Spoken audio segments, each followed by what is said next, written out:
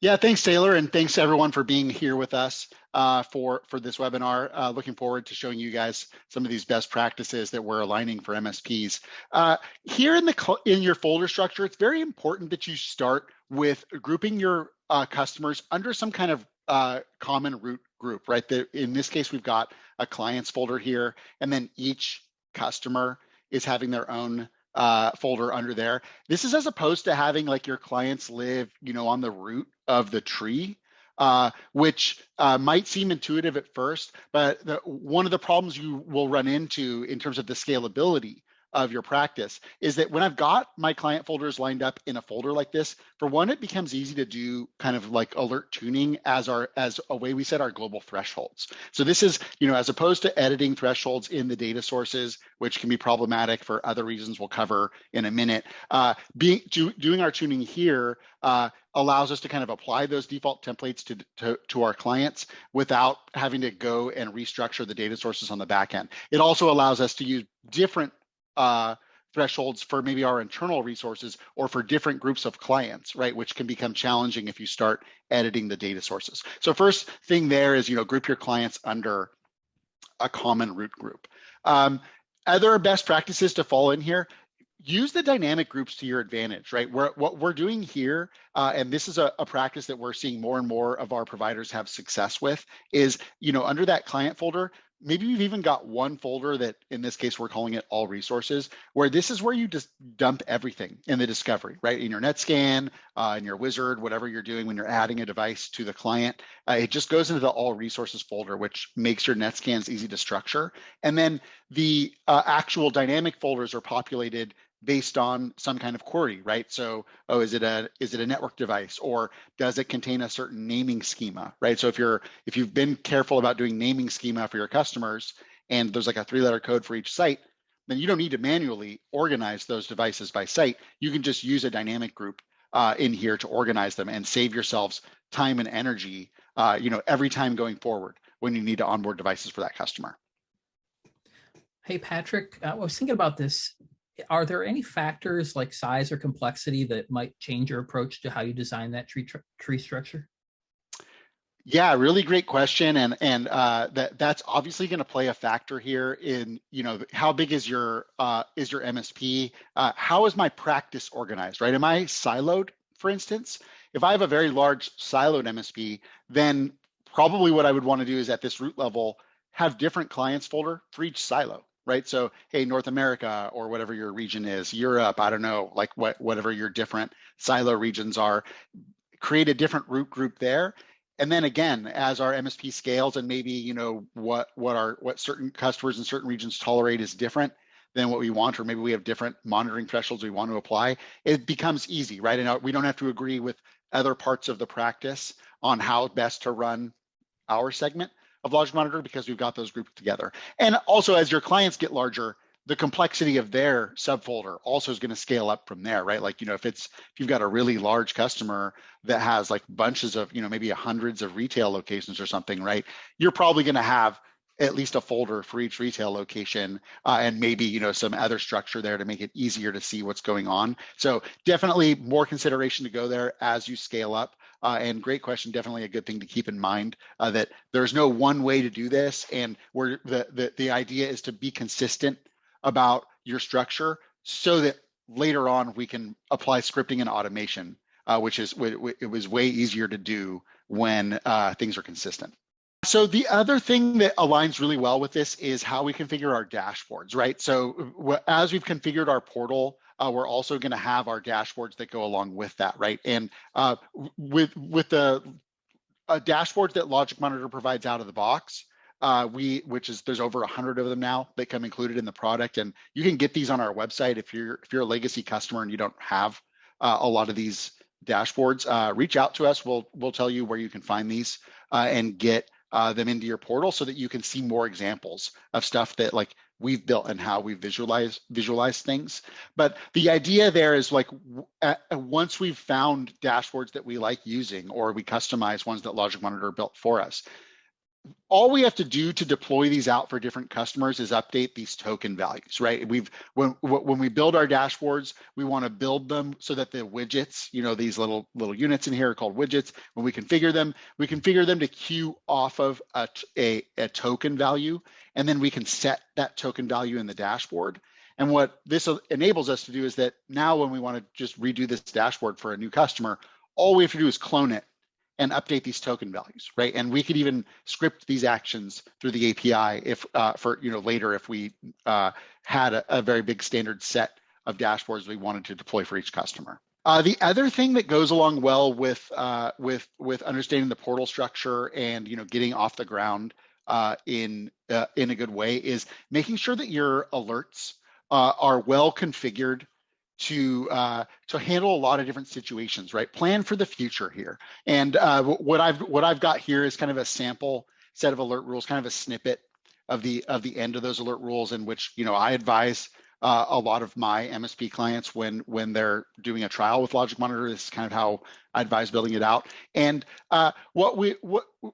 again, remember in our alert rule system that when an alert happens, Logic Monitor comes to this table. It starts at the low priority rules. It's looking for a rule that matches that alert.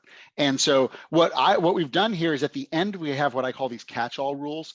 These are the ones that are going to apply to any device. So it's like across all of our customers. And actually, ideally, most of my customers' alerts are going to go here, right? And in the MSP world, a lot of our customers don't want to get alerts, and so they just want us to deal with it. And so for the majority of my customers, maybe they're actually going to follow to these ones, right? And so here I've set up kind of special handling for host down alerts, where I can do something specific, that's maybe a little bit more urgent than these other error and catch-all. But then what we see is kind of, we walk up the tree here, is we've carved out specific areas for our customers where we can build custom alerts for them.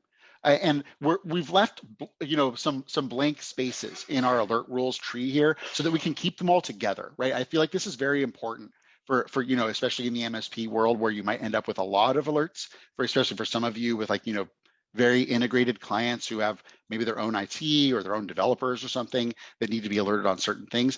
Leave some space in here, right? So give yourself a lot of space, designate out some numbers that are for each customer. And then, as the opportunities arise where it's like, oh, this customer's got their own pager duty. We want to be able to open a ticket in Logic Monitor and alert their pager duty on these kinds of events. Now we've got that structure built in, right? Whether we added these when they came on board and just left it in our normal stuff, or we just build it on demand for those customers that have the needs. Again, this is building that common portal structure allows us to extend these rules out and for it to be easy to understand, right? So that when we have to train people later on what we're doing here, there's not a lot of complexity. There's a lot of, hey, we kind of follow a templated process and we do the same thing each time so that we can be consistent.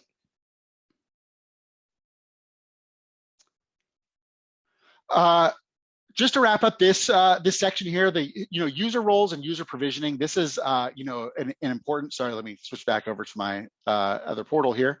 The user roles and user provisioning's a very important thing, whether your customers interface with the portal or not, right? So maybe at your MSP, the customers don't do anything, right? They don't ingest dashboards from Logic Monitor. They're not logging in at all, but still within your own company, there are people of various roles, right? You've got service desk people, you have account managers, you have tier 4 engineers who maybe do more specialized work, right?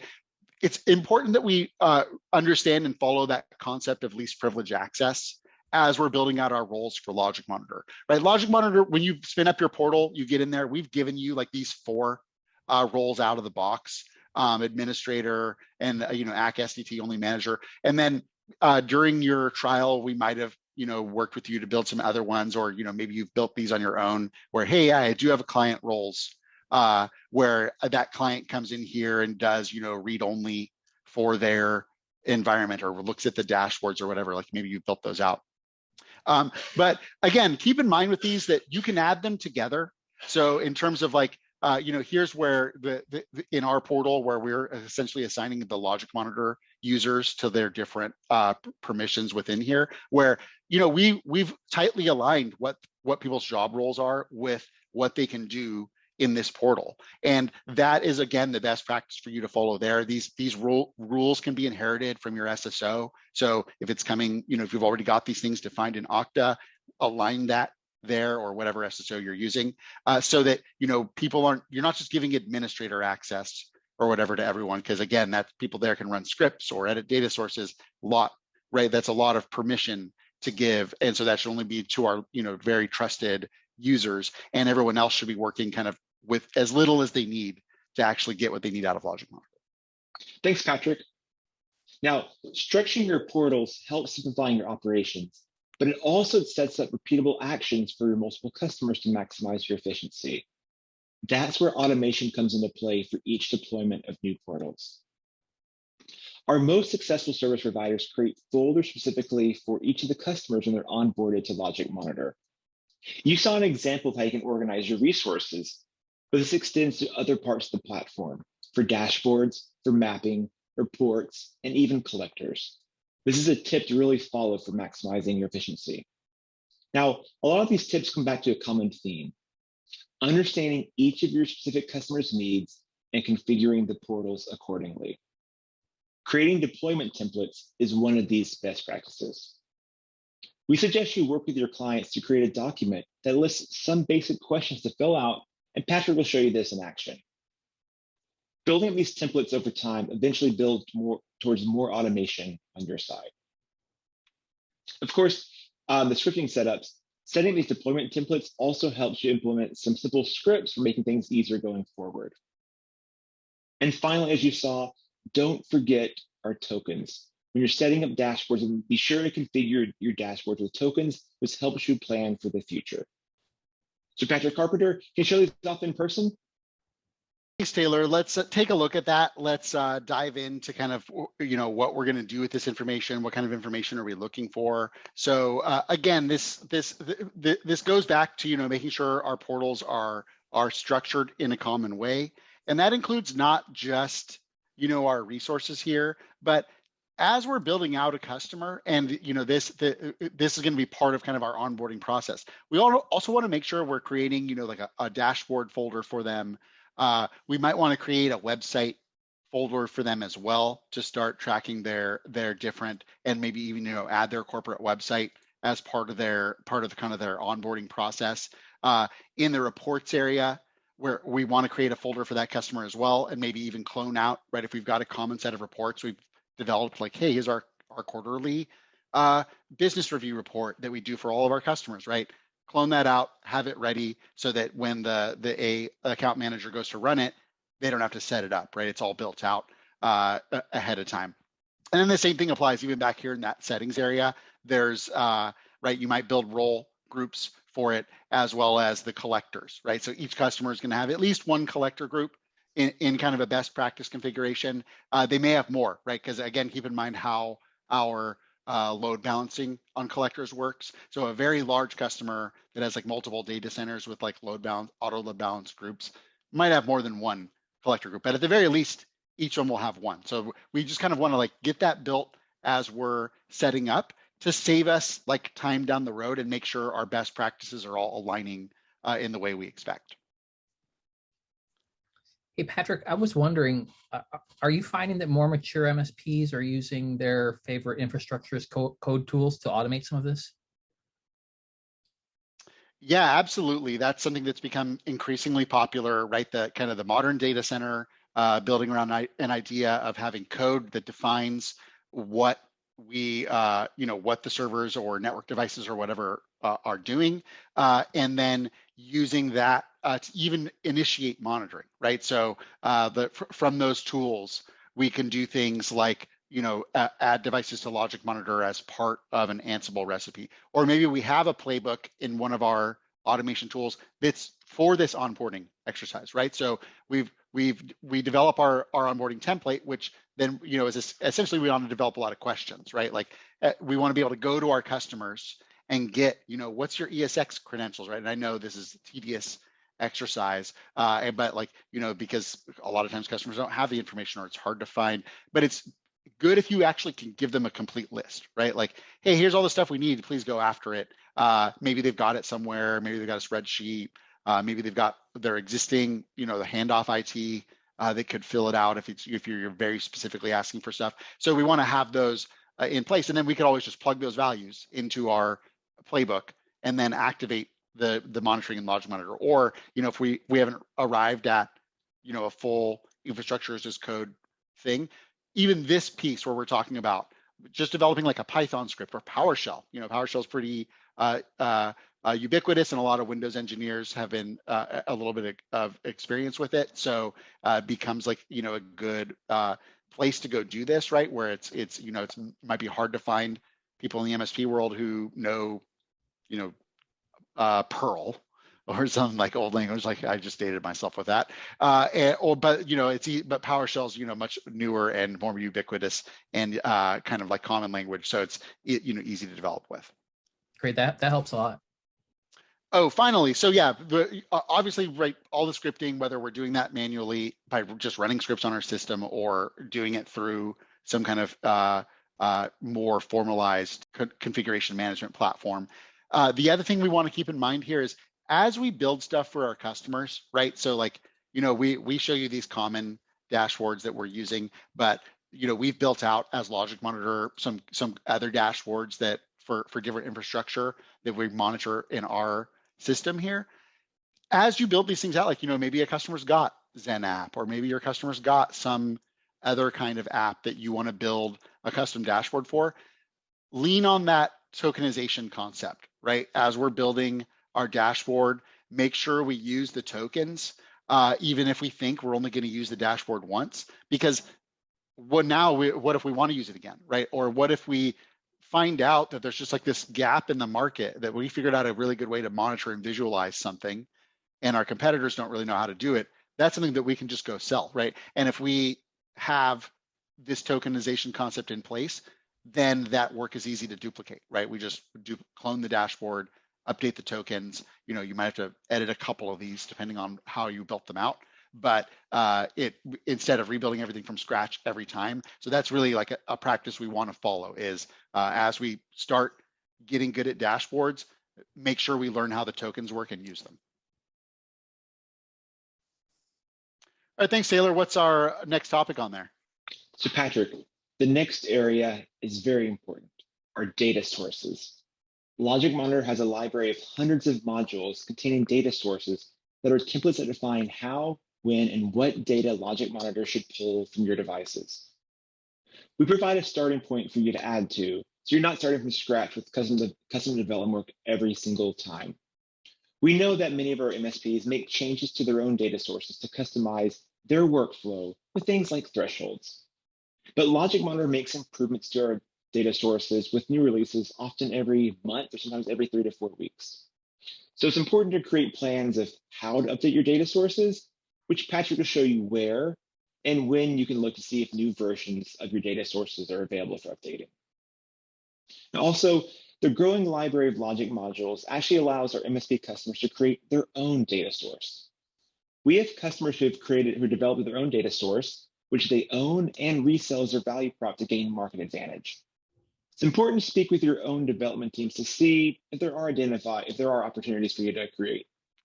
And be sure to leverage our Logic Monitor Exchange to publicly market your offerings if you publish your own data source.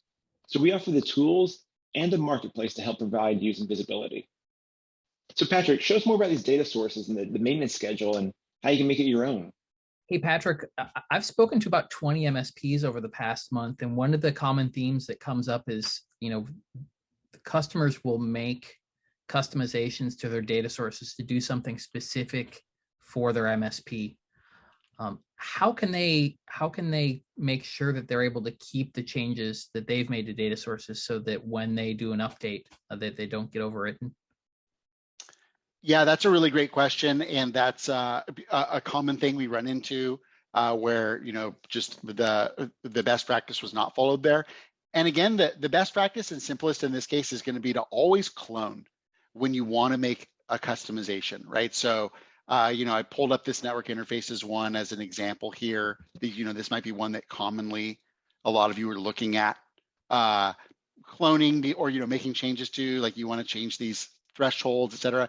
Again, remember that you can tune the thresholds using the alert tuning tab back out on the the resources tree.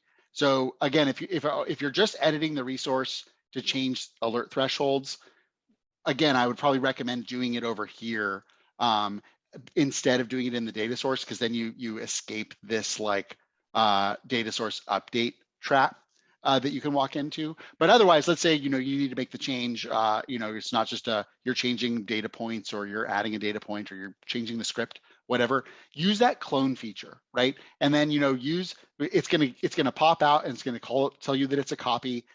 Call it your my MSP or whatever version, and then you can get rid of that. You can still have it displayed as network interfaces, so it just looks the same when you're using it. Keep in mind that when you do this, like, it will start, it will lose the history on the data points, right? Because this is a new data source. So like, just keep that in mind, that if the history is important, the old data points will be in the other data source until you're ready to move over.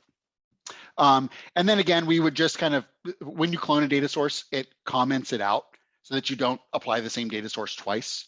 We don't want to hit our devices twice if we don't need to. So typically what you do to finalize this process is, you'd make your changes, whatever that was. You would remove the comments from your version of the data source so that it would apply, and you'd save that. I'm not going to do that because I don't want to make the changes in this portal. And then I would go back to my original one, the logic monitor data source, and I would comment it out, right? So what I want to do is disable this one, right? And what will happen is, if once I do that and click save, it would remove this data source from there. So again, don't do that until you're done with the historical data on that data source, because it'll be lost as soon as you unapply it. And so then we're going to be using our data source. If someone were to accidentally update this later, right? Like, because that was the initial question, right? Like, oh, people just carelessly or accidentally overwrote our change. The only change would be that we had disabled it, right? So your new data source isn't going to be affected by our updates at all, because its name doesn't match anything in the Logic Monitor repository. So it's safe from the update process. Worst case is you accidentally enable the factory and you have both data sources running temporarily until you realize it, and just turn it back off, right, by making it false. And then so that that you don't get that duplicate. The other thing you can also do is here in the update, what I pulled up kind of the the update from repository. This is the classic UI version, which I just like, because I like the way that it presents the data. Right, you can see when you're doing those updates here, and just kind of like also shifting gears a little bit into how you do these updates, right? And just in case no one knows how I got there, from the settings menu, I did this data sources from Logic Monitor repository. It pre-populates this password in there for you. I did it ahead of time because it takes a couple minutes to do it. So it'll show you, right, the data sources that Logic Monitor has published that are new, right? This basically is new functionality that's not in your portal now. So it might be enhanced monitoring for stuff you're already doing. It'll show you this updated in use, where that's where you're using some version of this data source in your portal. This is probably where people have run into, they overwrote their changes. And then there's this updated not in use third category. When you're doing your updates, it's real quick and easy to just do all the not in use and new ones, like, just quickly, right? Because it's new functionality, or it's something you weren't using, so it's not going to affect anything that's in your portal. Maybe you would get a new data point, right? You might get a new alert. That's what everyone worries about when they do the updates, like, oh, I might get some new alerts. So, which is good, because then we might actually know about something that's wrong, right? Something that's an imminent problem that now, Logic Monitor has enhanced functionality that gives us. But we don't want to get a whole bunch at once, because, like, it's annoying, right? And our customers, if they're getting alerts, are also annoyed. So that's where when we get into the topic of, like, staying on top of these, so that we're not waiting too long to get this new functionality. We'll talk about that again in a second. One last thing I wanted to show you here, like, when you're doing, let's say you've already made your changes to your data source, like you updated network interfaces, you don't want to lose the historical data. You're like, oh, I should have done the clone, but I didn't. What do I do now? Go into the update engine here, find network interfaces, your version, it's going to show you this updated in use. And when you click on it, it gives you this audit view that shows you, the diff. So you know what changed. Why do I want this? And when you're doing your updates, it's good to review this. But if you do this mark differences as audited right here, that will make the thing appear up here in this audited show diff. And basically what you're saying there is like, hey, we know that there's a difference. We want to keep our version. And the update engine won't like essentially tell you about this again until there's another update to the logic monitor version. So it is something you'll have to like, stay on top of in the future if you've not done the cloning process. But that's how, if you have done it, that you keep your things safe. So there's kind of two ways to do it there. If you've already been forced into one method, sometimes you have to like, just have your own process that preserves things going forward. Thanks so much for that. Maintenance schedule was, also something that's important to do here. Like I said, these updates every 3 to 4 weeks, we're publishing new updates. Like, in this case, even our own repository here, our own portal, we haven't done the updates yet. Some Puppet stuff that's new, some, updates to Microsoft monitoring here. So we want to stay on top of these things to make sure that we're always getting the best things, right? Do we always have the most current monitoring? Do we always have the newest data points? When we go to onboard a new device, if Logic Monitor's already built the support for it, we want it to just work. We don't want to have to, then during onboarding, go look for new modules, because like that's, it's not a good use of our engineers' time to split their tasks like that. So stay on top of these, create like a cadence, right? And this, I think, depends really on the size of your MSP. If you're very large, I would be doing this once a month.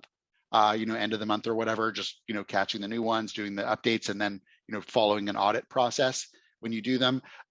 Smaller MSPs, maybe once a quarter. Just don't let it wait too long, because this, when this starts to be like 2,000 items are needing to be updated here, there's just a lot more that could change at once. And so it's just like, it adds to that kind of like anxiety that you might get around doing the updates, because like, oh, I might get a bunch of new alerts, or whatever, because I'm suddenly adding these data points, which that can be a concern.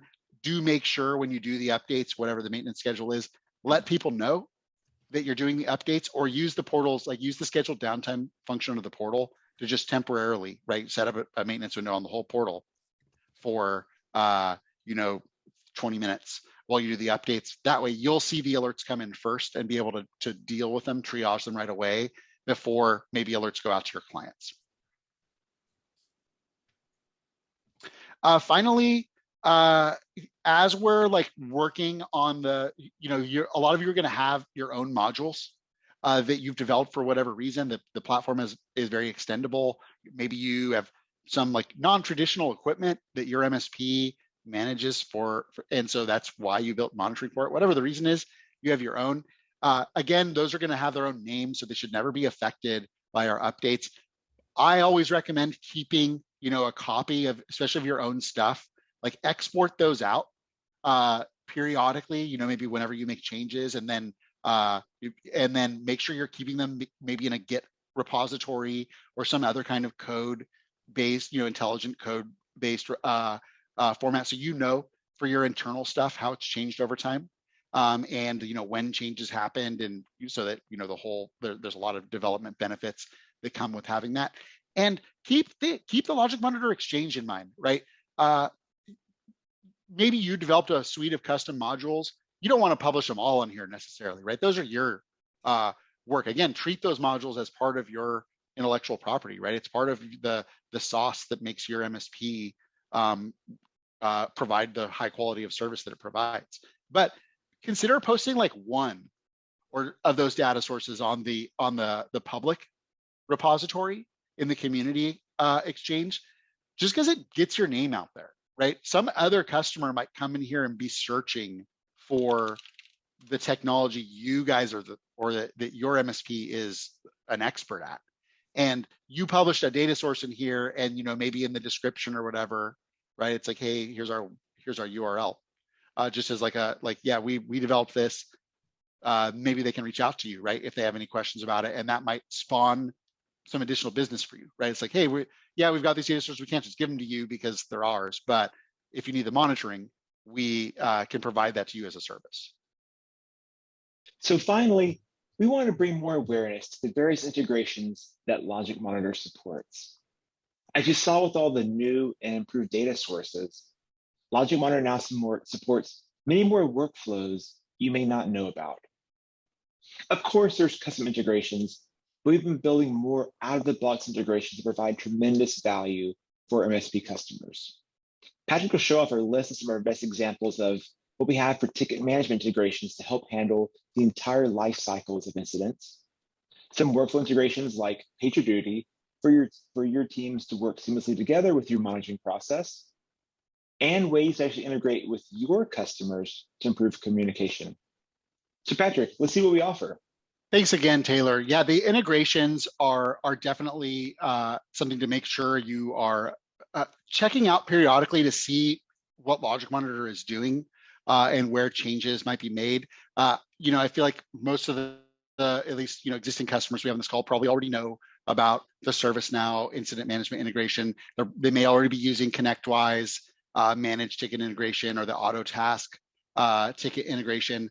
Those are table stakes for most MSPs, so they probably got that set up.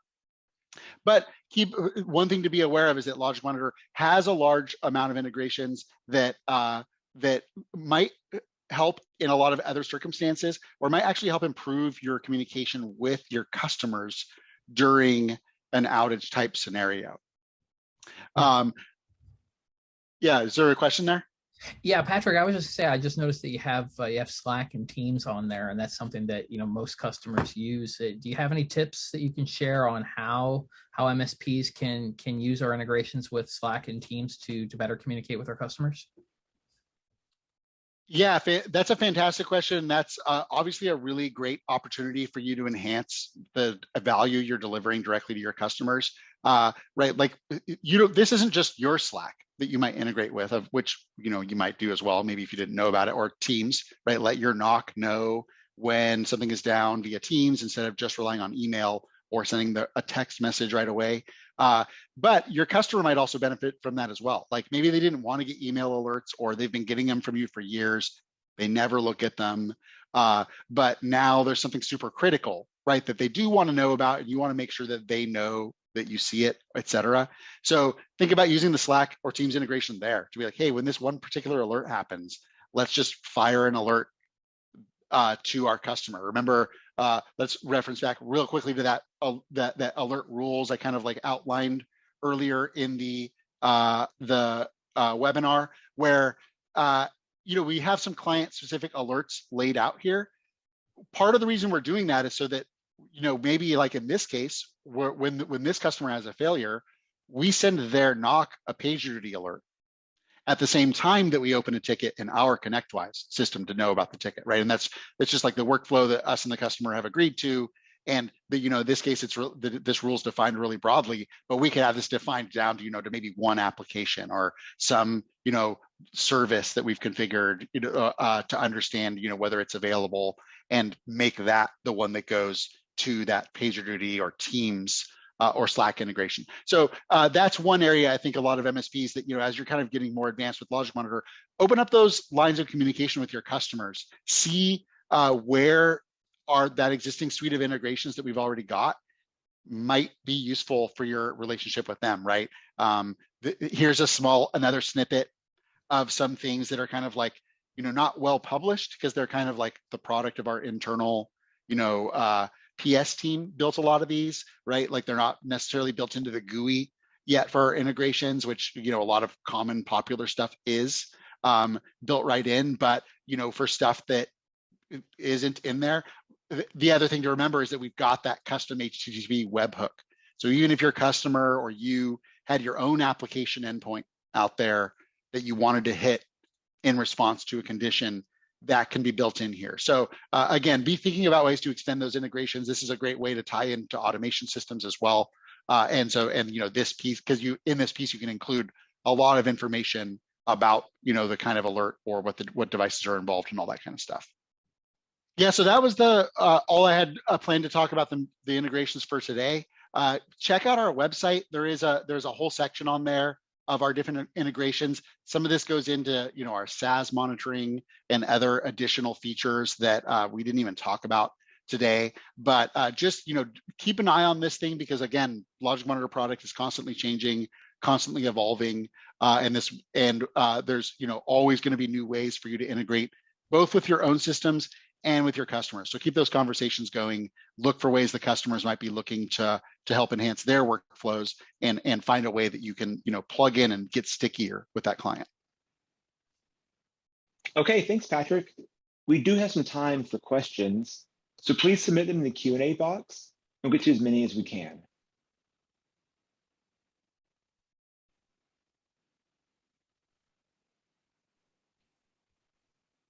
All right, it looks like we've got a first question coming in. So someone asked, do you have a best practice on when to design a single portal for all of your tenants versus a multi-portal approach? Yeah, great question. MSPs often are wondering about, when's the best time for me to use like what we also sometimes call a child portal, which is essentially, an independent portal that that is tied to you for billing purposes, right? But otherwise, it's its own environment. Again, you lose some things there, right? When you go there, as the MSP, you lose that single pane of glass across your customer base if some of your customers are off in another portal, because there won't be any link there, right? You'd have to, maybe you could use dashboard widgets to pull in widgets from another portal, but it's more setup, right? And doesn't lend as well to our automation concepts and keeping economies of scale in that way. And then of course, when we do data source updates, that's got to be done on all of them, right? So some of you who've maintained more traditional on-prem monitoring systems in the past, this is going to be sounding familiar, right? Because you might have had a lot of those out there. So that's the danger. There are some good use cases for it. Like for instance, your customer absolutely has to do data source development as well, right? They're big enough. They've got their own teams inside. They need to do data source development. That's kind of a flag that says, hey, they really need to be on their own portal then, so they can't affect anyone else's devices. There's other cases, maybe there's some data portability concerns when the customer's coming in and they want to be able to take their data with them when they go.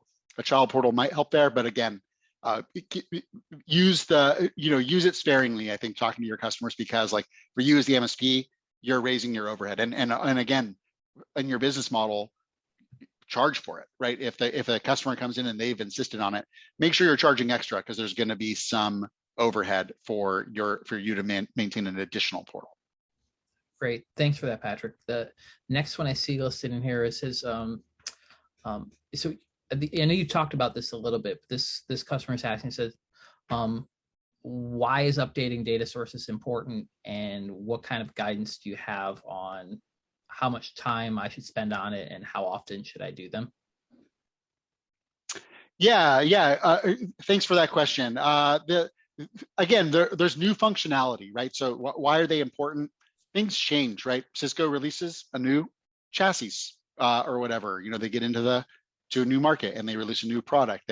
There's a new SAN on the market, and with new functionalities and features, or an API-driven monitoring that replaced the vendor's old SNMP driven approach. So our team, as our team is prioritizing and making those updates, the only way to take advantage of them is to apply the changes we made. And also there could be, improvements in terms of functionality, right? There might be a script that under certain situations times out or returns the wrong data. And, so these basic functional fixes to even existing data sources, where the data points and stuff might all be the same, but we made some fixes that help with certain changes in newer firmware versions or whatever. So that's why you want to stay on top of it. And then of course, when we're onboarding new customers, we don't know what we're going to get in their devices, right? You guys might have a common stack, and then we brought in a new customer that uses Dell, and you guys were all HP shop before, but the MSP business, we don't necessarily want to turn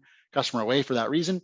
We don't want to have to then make sure we spend time during our onboarding to update Logic Monitor for Dell data sources, when we could have just made sure we were already up to date and ready, so that as soon as we got a Dell iDRAC controller into Logic Monitor, that it was ready to go with the newest monitoring templates. And then once a month, I would say, is a common one for, if you're, I think it depends again on the size of your MSP, how many people are focused on logic monitor and monitoring in general.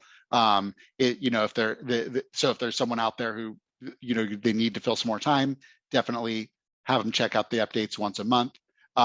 If you guys are, it's a little bit more hands off. We don't touch monitoring that much. There's no dedicated people. Once a quarter at least helps you from getting so far behind that it becomes a huge burden, right? Like no one wants to go in and then it's 2,000 updates. Like now it seems like there's a lot I got to review here. There's a lot of changes that might happen. So if you wait a long time, it becomes a larger burden and it will take you longer to get through it versus if we're like doing it once a month, probably it would take less than an hour to do those updates. And if we're doing them on a consistent time of the month, we can even let whoever actually receives alerts can know, like, hey, Mondays or whatever, first Monday of the month, we're doing these updates. You might get some new alerts. Don't panic right away. Make sure you take a breath and see if it's a real issue. Hey, thanks for that. And the last question that I have listed in here is around extensibility. Someone's asking if you could provide an example of something that you could do with a data source that isn't built in, right out of the box. Yeah, good question. There's a lot of things out there, from pulling data from non-traditional equipment like IT, like projectors. I worked with a customer that did that, to even more interesting integrations, for instance, like with lifecycle management. So if you've got Cisco gear, and we have a few customers that have implemented this solution that we came up with, we're reading your firmware version and your serial numbers and stuff out into Logic Monitor already. But what we don't do out of the box is out of the line, like a lifecycle management where we're like, hey, yeah, your warranty expires in 6 months. You have this many days of tax support or whatever. But that actually can be done with some custom integrations that we have available, right? We've developed these for customers. We can help you get off the ground with them. There is dependencies. You've got to have some Cisco TAC support account of your own and things like, I can't get into all those details right now, but that's one example of where, we took the data that was in Logic Monitor. Logic Monitor's got this API that can be extended and used with a lot of different things. We found, a common use case for it that helps us solve, a real problem. So if you've got things out there where you're wondering hey, could we use automation to solve this? Chances are, yeah, you absolutely could. And if you don't have the expertise inside your team to do that, reach out to our customer success person. We can put you in touch with our PS team who could build it for you, or at least tell you if that's possible.